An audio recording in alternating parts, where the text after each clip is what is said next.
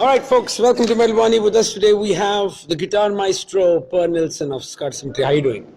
I'm good. We just came off a stage here in Holland. We played the Epic Metal Fest, and it was the last show Of the tour? with Epica Eluveitie. So yeah, I'm a bit sweaty but happy.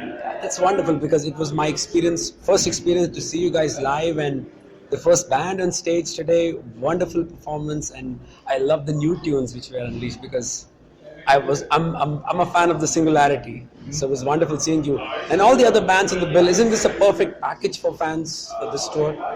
Yeah, I think it's amazing. And for you, you've been touring Epica before for like the long run in Europe. How's been the response from fans in terms of playing the new ones as well as the old ones? I don't know. I mean, we have some old songs that people have heard for a long time, and so it's a little bit different. But I think people are really reacting well to the new songs.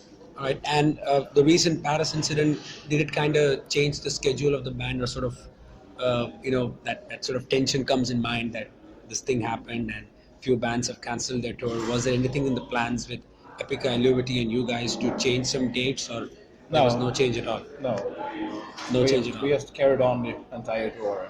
Wonderful. And whenever you come to Europe, majority of the time you guys play in Europe, what sort of response do you find as in terms of fans from outside Europe in general? I don't know. I think every place is different, but also it can be different from town to town or country to country in Europe. Like on this tour, like Germany and the UK. I mean, the fans there were awesome, but when we came to Italy and France, it was crazy. Like, it was really next level. Okay. And for you guys, you will be playing at ProgPower next year? Yes. Yes. So would that be the first appearance for you guys in States, or you have been there before? It's our first. We played ProgPower in Holland. Okay. Some 8 or 9 years ago. Okay. Yeah, so. But for States, this would be the first one for you. Yeah. In terms of that. Wonderful. And in terms of even playing the new material live, there's a lot of challenging stuff because you were the only one who wrote the album from A to Z, the new one. So do you guys plan to play some more new tracks from the new album, or you just mix your set list with the old ones as well as the new ones? Yeah, that's always a hard decision to make because we have 6 albums out now, and we have a lot of fans from the old days and some new fans, and it's like we want to try to please everyone. And when I see a band, some bands, I want to see the early stuff. Sometimes I want to see the new album. It all depends. Right. And for you guys as well, I mean, Neo-Humanity has put Symmetry on a much broader perspective in terms of songwriting, and you guys survived the second lineup thing and you took the responsibility and delivered it. So has it kind of inspired you in general to kind of push yourself a little more? Yeah, I mean, when Jonas left the band, it was like at first it was really weird and like, what the fuck am I going to do now? Yeah. But as soon as I had wrapped my head around it and started thinking like, okay, I have to do everything, but then I would get to do everything. So that was like, it was so super liberating. Like, now I can decide exactly what I want to do. You had freedom. Yeah, so now I have so many ideas for the next album. And you like your concept to be more like, let's say, some science fiction, maybe some sort of a good horror movie which has that entire story around. Has it something which you guys plan in advance, like the trilogy concept came in, the first part is done? Is that something which was decided right at the beginning that we are going to do a trilogy, or it just happened after you finished the first one? Well, it started out with I wanted to do something else than just put out a new album. I want to put out a trilogy. Okay. The first idea was to not do albums, but do like EPs, like maybe 25-30 minutes of music, and do that as a trilogy.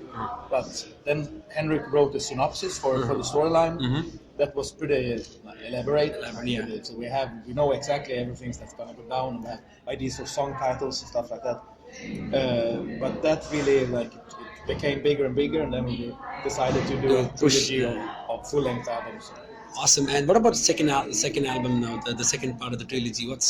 what's in the making right now? Is it done in terms of recording and mixing? No, I'm still finishing up writing it, but we're gonna start recording it like pretty soon. And like if you're familiar with the storyline of Phase One, Yeah. it's what's happened at the end of it is that Is the continuation of that? yeah, like it ends in war between the unmodified humans and the new humans and the machines. Right. So the next album starts out in a very dark place, and it's gonna continue even downwards from that. I remember last time when we had a chat, you told me that the second part would be the darkest Yes. among the three parts of the album. Among all Symmetry Albums, yeah.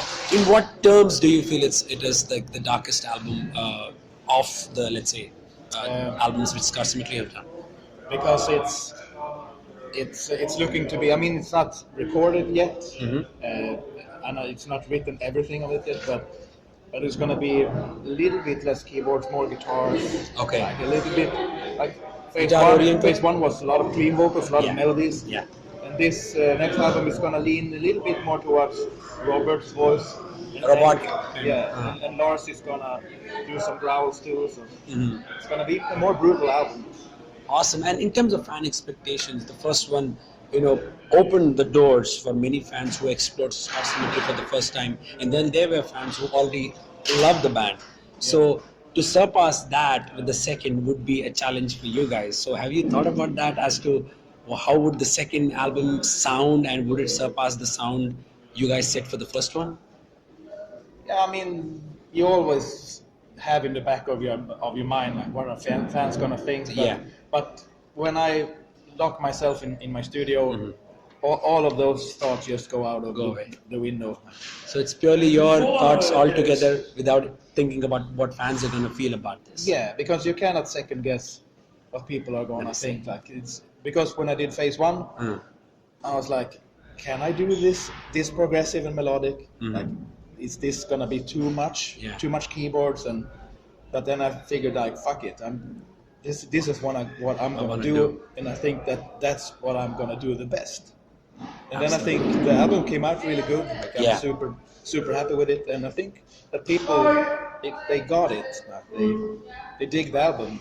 Yeah, absolutely. And you are, you like to be guests on certain friends of yours in terms of playing a guitar solo or maybe mixing them. You're basically, a one-man machine where you take care of the production, from mixing, mastering, everything. Have you ever thought about pushing yourself in terms of being a producer? Yeah. I mean, how do you plan to? Because since you've been doing it for quite a while, has it ever faced that, you feel that you should a little bit push yourself a little more to get that sound, which is something which you might not have discovered before?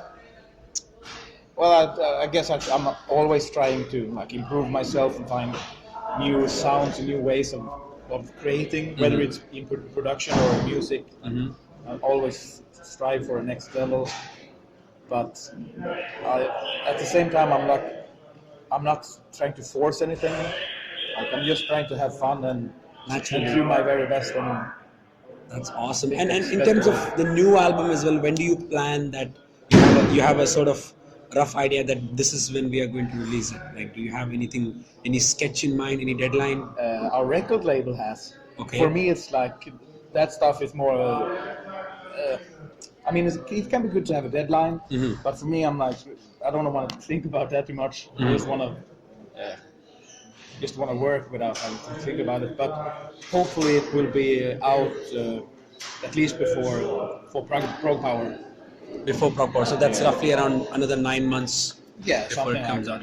Awesome. So because the initial plan I remember from the Nuclear Blast was there'll be an album every year in terms of Trilogy, but I think you wanted to take some more time, because when the first one sets up a bar, it's obviously more challenging for you to push a notch up in terms of writing a new album. Oh yeah, and so there's been a lot of other stuff, like Robert became a father.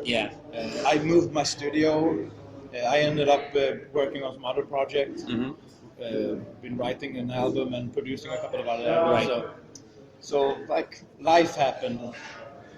And for you as a guitar player, I mean, words cannot describe what you do on guitars. I mean, seeing you on stage, it's an easiest form of seeing Per Nilsson banging the guitars. And your guitars looks amazing. Is it like the custom made for you? Yeah, yeah, So it's purely based on the sound and what Per was looking for. yeah. It's like my dream guitar. Dream guitar. But we're putting in production. Uh-huh. It's going to be available as a So production. for others who want to get a chance of it, they get to, let's say, pre-order it down the road and get one. Yeah. Awesome. And what's the plan ahead? You guys are touring again, or you plan to just finish the album and then do it? Yeah, we're gonna finish the album. This is the final tour, probably the final show Of this entire tour? of Singularity Phase 1. Okay, so up next is just the continued focus on the album and Yeah. done. Okay, perfect. So before we end, how about, let's say you had to define the sound of the second album in just one sentence? How would you? In Per Nilsson style. Total bombastic science fiction killing machine. There you go. All right, it was honor having a chat with you. I'm glad that I got to this opportunity of seeing you because, like you said, it's the last gig. So I don't know. Did you ever got any offer from India in terms of coming there? Yeah, and play? several. But it didn't shape up. It never happened. For all kinds of different reasons. Most of the time, it's been like it didn't work out logistically. Logistically, like, okay. Uh-huh. One time we got an offer like, "Can you come to India in 3 weeks?" Yeah. Oh, okay. That's quick. Yeah.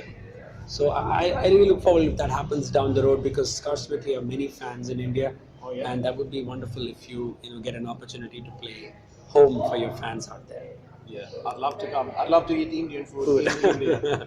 That's awesome. I wonder if it's the same. No, it's different. It's Yeah. different.